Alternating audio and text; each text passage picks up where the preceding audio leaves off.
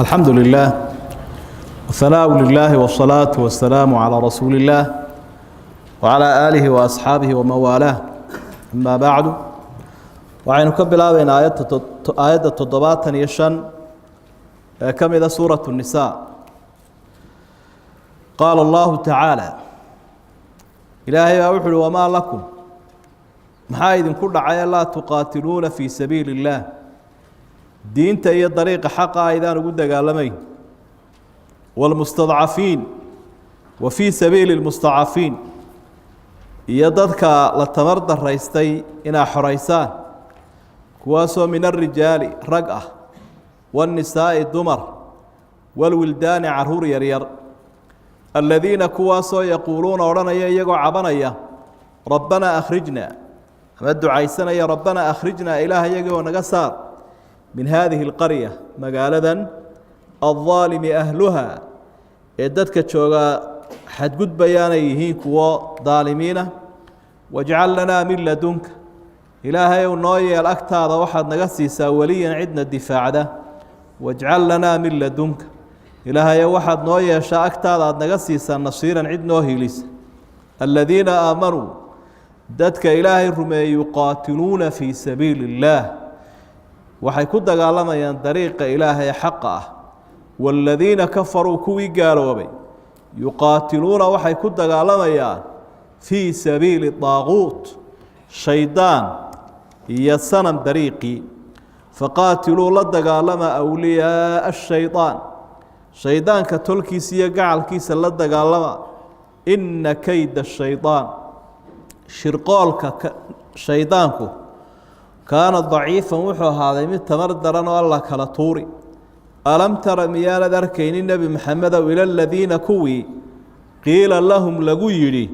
كفوا أيديكم قعمه نهيستا وأقيموا الصلاة صلاة أوغا وآتوا الزكاة زكاة بحية فلما كتب عليهم القتال مركي جهادك لقوا تبيي إذا وحى صابح ذي فريق منهم إيجا قيب كم إذا ضدك سدالها يخشون الناس قال أي كعب صنيا كخشية الله سد إلهي لو كعب صدا أو كلا أو أشد خشية أما عبسك سيد رب وقالوا وحابي هذين ربنا إلهي يجي ولما كتبت علينا محاد نوجوا تبيسي القتال الدجالك يجهادك لولا أخرتنا ما نوك هذيسي إلى أجل قريب إلى مدلو قل واحد نبي محمد وقل شوابته متاع الدنيا قليل راحة الدنيا ذو وإسكيرتها والآخرة خير آخرنا وإوناك بدنتها لمن اتقى قفك إلهي كعب صلاة ولا تظلمون لقمنا الظلمية لقما قردرون فتيلا قدر الفتيل حوب كاير لفت كتشرين لك وآياتك جهادك أيين كل حجرنا iyadoo rabbi kolba dhinac waxay naga tusaalaynayo jihaadku inuu yahay beec iyo shiraa ayaa ilaahay uu soo xusayo ilaahay inuu wax isdaafsanayno oo qofku wuxuu bixinayaa an-nafs wa an-nafiis naftii iyo wixii agtiisa qaali ku ahaa ilaahayna wuxuu ka helayaa wax ka sii qaalisan oo janno lagu waaraa waxa ayadan ilaahay umada ayuu la hadlay guud ahaanba markaa wuxuu tilmaamay oo umadii uu ku abaabulay oo uu su'aal ka weydiiyay maxaa ugu dagaalami weydeen baa ilaahay waajib baa idin yaala waajibkaas waxa weyn loo dagaalamo diinta iyo dalka iyo dadka saddexda arrimoodba إن الله دقالما في سبيل الله لتكون كلمة الله هي العليا وكلمة إلهي التوحيد كي حق إنه كرنا الله كلمة بعض الكون هاسة والنقط مستضعفين تمحاو حرين ويدي مستضعفين من الرجال والنساء والولدان وظل تمرد الرئيستيو لقى إيطاليا أود بدنيا وحاليننا كوتورين يو كوتالين nin aan u turaynin ayay hoos taagan yihiin oo u talinaya sababta ku soo degan aayaadku waxa ahayd reer Maka dadkii la joogay ku haray ee muuminiinta ahaa ee soo hijroon kari waayay inay Madiina u hijroodaan kari waayay Abdullah ibn Abbas waxa uu lahaa sida saxiixa ku sugan aniga iyo hooyaday waxaanu ahayn min al-mustadcafiin dadka mustadcafiinta baanu ahaynoo dee waqtigaa may soo hijroonin dadka iyaga ah Ilaahay bay baryaa subxaanahu wa ta'ala waxaanay ka cawdeen dulmiga dadka ay la joogaan gaalada ah oo gaalku had iyo jeer uu ku Itaaliya awood sheegtaa insaaniyadna ma yaqaano dadkana ay taal daran iyo waa maati iyo waxba kuma yeelayaan iyo waxa ma yaqaan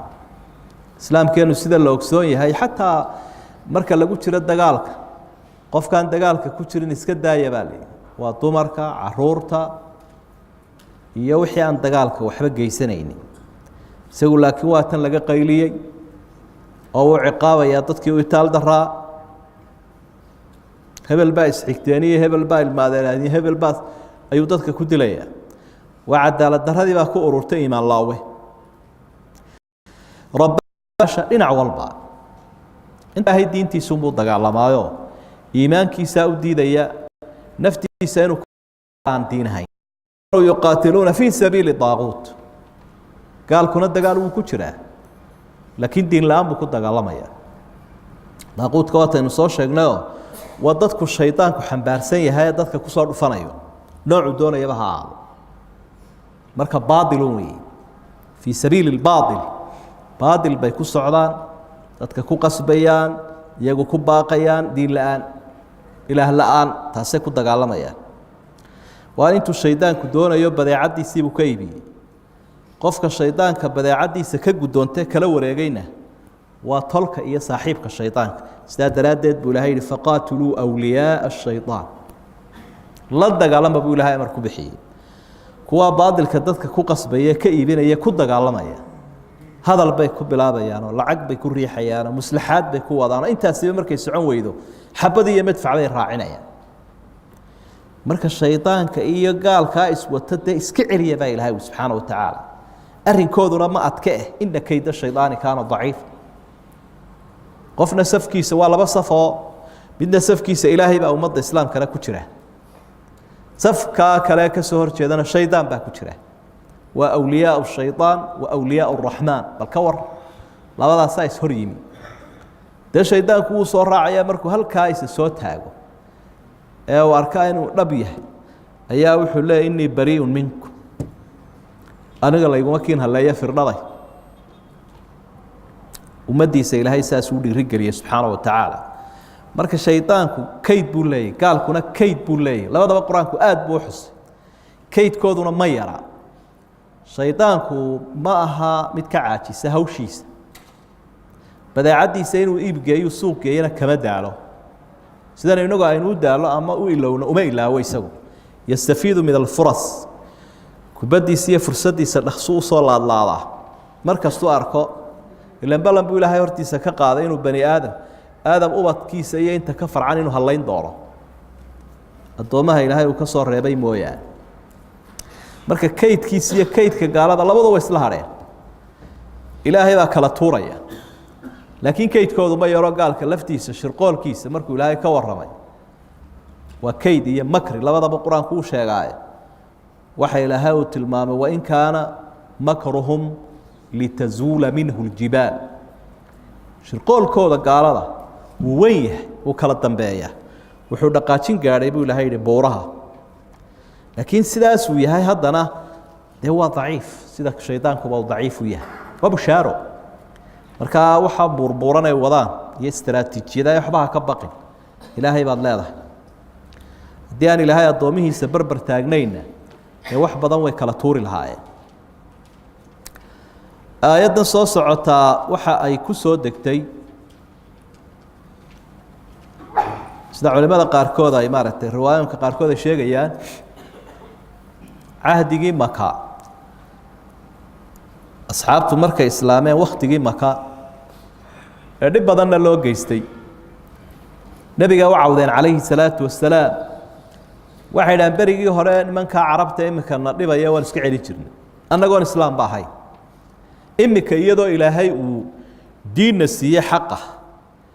maxay noo daciifsanayaan ay noo dilayaan ay noo tunjeelacsanayaan ma dagaalna la faro nimankaan iska dhicinay marka nabiguna wuxuu oran jiray kufu aydiyakum aqimu salaba marka la oran jiray gacmihiina haysto salaada oogo sakada bixiya hadda jihaad laynama farin wali lama gaarin marka waxyaabo badan baana looga hakiyay taa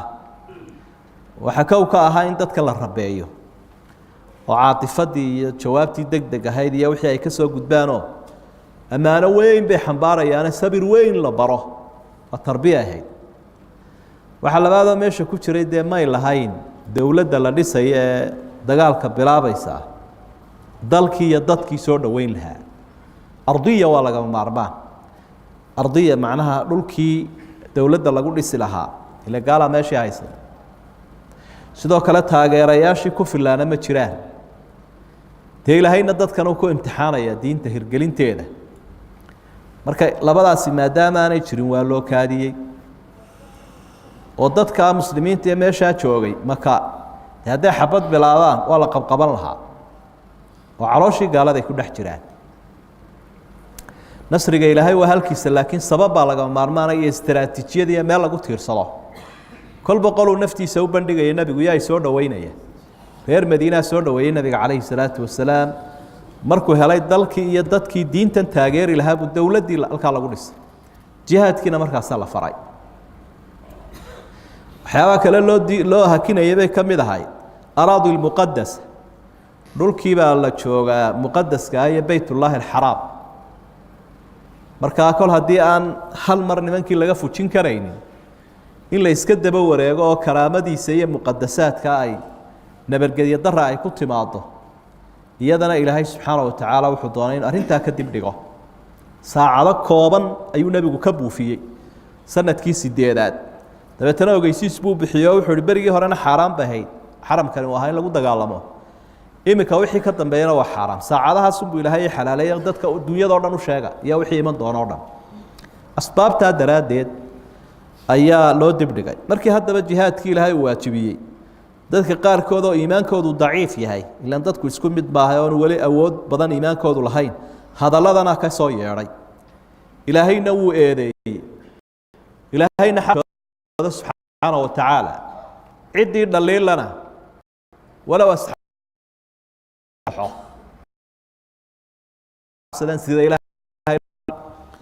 waxaana yidhaha ilaah dagaalka maad naga dib dhigtid u jawaabo waxaad tidhahdaa meeshaad dugsanaysa waaba adduunya dee aakhiraa khayr badane u soo diyaargarow culimada qayb ka mida waxay idhaahdaan hadallada noocan oo kale ahi cidday ka soo fuli karaa waa munaafiqiin oo muuminiintaba ha ku dhex jiraan laakiin dee qofka hadalkan odhanaya sidan ilaahay u caaridaya ama cabsida noocan ay ku dhacdee gaal sidan uga cabsanaya waa munaafiqiintii la soo eedeynayuunbay ka mid yihiin labada qowlba way jiraan laakiin kollayba asxaabtii waaweyneyda ajillada ahaa ahdaaftoodu sarraysay ama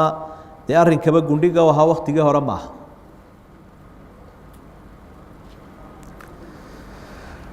sidaasi baa markaa rabbi u xusay subxaanahu wa tacaala markaa goor walba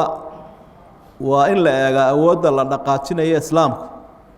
maxaa lagu xaqiijin karayaa waa in la eegaa istaraatiijiyaddu waa muhiim oo dee ilaahay subxaana wa tacaala waktigii hore 10 qof ayuu faray qofka muuminkaa inuu bareedho sida ku sugan suuratu lanfaal taa waa la nasakhayoo waxaa lagu nasakhay qofkiiba inuu 2 gaalada ka mid ah inuu bareeri karo cadadku hadduu intaa ka batana dee waxaa yimi cafisoo ilaahay baa ka cafiyey subxaana wa tacaala qasabkii uu kaga dhigay in gaalada sidaa lagu waajaho marka mar walba madaxda muslimiinta culimadooda shacabkooda waa in la eegaa tallaabooyinka la qaadayo iyo natiijooyinka ka dhalan karaa iyo sanadka ilaahay ka sakow maxaa sanad iyo taageero ay dadka muslimiinta ay haystaan tallaabo hadday qaadaan mafaasid iyo masaalix maxaa ka dhalanaya maxaa diinta ku iman kara dhibaato oo maaragtay soo gaari kara ummadda islaamka fiqa aljihaad marka aad eegto waa wax badan oo runtii tafaasiil u baahan waxa markaa aayaadka aynu ka arkaynaa bay'atu lfasaadi laysat ardan saalixatan libaqaa'i lmu'min deegaanka xumi ee diin la-aan ku xumaaday ee dadkiisa aanay deegaan lahayn aanay diin lahayn ma aha qofka mu'minkaa meeluu deganaan karo akaa ilaahay ku waajibiyey in la iskaga soo hijroodaabaa waajib ahay maantana mushkiladda in badan oo walaalaheenna mahjarka ama gaalada la jooga dhib badan baa haysta markii hore dadku waxay islaam nolol iska yaro wanaagsan raadsada laakiin qofka 20 sano ama 10 sano ama ka badan joogay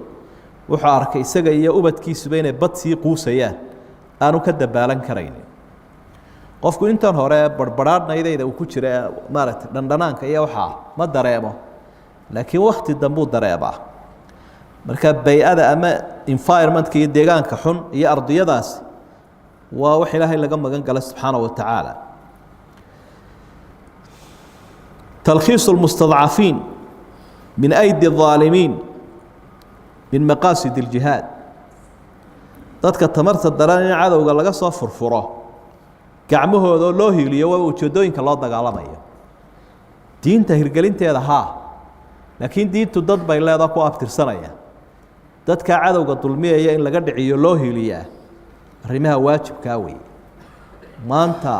gaalada mid ka mid marka meel wax lagu yeelo dawladooda qayla ka dhamaad muslim dhan oo sida hilibka loo dubayo hilibkoodana wax ka hadlaa ma jiro waxa weeye waa arrin la oran karo la oranayo bal waynu eegi ama aan laga hadlayninba marka adeegto ummadaha muslimiinta sida loogu xadgudbayo marka waajibaadka muslimka saaran bay ka mid tahay in dadka mustadcafiinta ay u hiiliyaan ama ujeedooyinkii jihaadkaba weeye qofka muslimka ahi marka xataa doonaya inuu bani aadam waxay weydiisto aayaddu waxayna baraysaa inuu addoonku ilaahay sii maro ilaahay ka dulboodi iyaga oo cid taageerayaala doonaya haddana ilaahay bay ka codsanayaan inuu taageerayaashaa siiyo wajcal lanaa min ladunka waliyan wajcal lanaa min ladunka nasiira taageerayaal way u baahan yihiin laakiin ilaahay nasiibay leeyihin cid kale labay hadal si toose ilaahay bay leeyihin ilaahay ciddii noo hiilin lahayd ilaahay noo sahab الجهاد الشرعي لا يقوم بالرايات عامية وأهواء قومية جهاد الشرعي لو متى على ما إن لا يقبيال الله باقو هي قومية لكن وكان النبي المامي عليه الصلاة والسلام ودين صح هادتك لجارسينا يدين تإله الله هيلنا marka wax badan oo jihaad lagu sheegay caalamkan jihaad ahayn شعور المؤمن بولاية الله القوي يدفعه إلى الثبات والمصابرة في المعركة مؤمنكو isagoo aad u dareemaya wehelka ilaahay weyna ee awoodda badnaa wehelkiisa isagoo aad u dareemaya daraadeed ayaa wuxuu ku sugmayaa goobta la isku helay iyo dagaalka oo aanu firdhanayn إلا واكا إلهي وبشاريه سبحانه وتعالى ولايدي إلهي بهايستا وإلهي بقر بربر تاغن marka qof kale duu dareen ka qabo teemar walba Ilaahay subariyaayo ka rajo sugaya aayadka waxaynu ka fahmnay jihaadu nafsi muqaddamun ala jihaadi al-adu jihaadka naftu iyo nafta inaynu xoreynaa way ka horeynaysaa cadowga in la xoreeyo qolada Ilaahay wuxuu ku dhaliilay sababtay la baqdeen waxay ahayd wali naftoodii baanay ka soo xoog badnaan naftoodii ayaanay xoreyn marka qofka naftiisa xoreeya ee ka adkaadee wada ku rida ayaa cadowgana is hortaagi karo muquunin kara man istacjala al-amra qabla awani kana tadahhuran la shajaa'a qofku arrinkii oo gaarin haduu laabta soo garaaco geesinimadiisa ma sheegaysa fulaynimadiisa sheegaysa waar inagu kiciyada ku badan fulayga marar badan laga yaabaa fulaynimadiisa iyo naxnaxaya inay markaa taa ka soo yeeriso libaaxa aamusa iyo ka qayliye iyo ma daran ka aamusa waa baabka had iyo jeer fiqal jihaad qaylo looma baahno waa ku idhaada fuqahaada aadaabta marka ay ka waramayaan gaaladu markay wax weerarayaan caadaas qaylada fulaynimada ka yeersiinaysa laakiin qofku isagoo gaashaaman busaa ku galaya marka qaylada ay qoladaasi qaylinaysa haddii munaafiqiinba la yidhaahdo nooc fulaynimo ah unbay noqonaysaa naqlu laqwaali ila alacmaal min amaaraati sidqi hadalka in ficil loo bedelaa waxay sheegaysaa waxaa inuu run yahay hadalkaa inaad hadal unbay hayeen kuwani waa arrinta lagu eedeeyey maa sidaa naloo yeelo maa sidaa naloo yeelo hadalku maalintuu ficil noqdaabuu warki ayuu run noqdaa inta ka horeysa weli muu biyo dhicin اليقين بعدل الله وفضله يزرع في النفس الإطمئنان أدونك وحو قنعسن يحي إلهي سبحانه وتعالى عدالتي سيد إرادك أوليدي سسينيو قفك عقلك بدني سدا آيات دبا إلهي وكسو غبغبي متاع الدنيا قليل alaabtaa yara kooban ee suulaysa ama tegaysa waxa adduunyada ah ma siista waxa baaqiga ah labadaas uu ilaahay isu keen barbardhigayo aqliyadeena ayuu baraarujinaya aqliyada isticmaal waxana waa wax kooban oo zaa'il waa mataa'un zaa'il wa hada mataa'un kathirun daa'im wa daa'im wa zaa'il ma indakum yanfad wa ma inda Allah baaqi marka aqliga wanaagsan iyo cilmiga fiicaniba wuxuu sheegayaa shayga rasmiga ah iyo ka tegaya ka asalka ah iyo ka liita inaana isdhaafsanin wax badan oo kuwaas ka mid yihiin baa dariska laga faa'iideysanayaa wallahu subhanahu wa ta'ala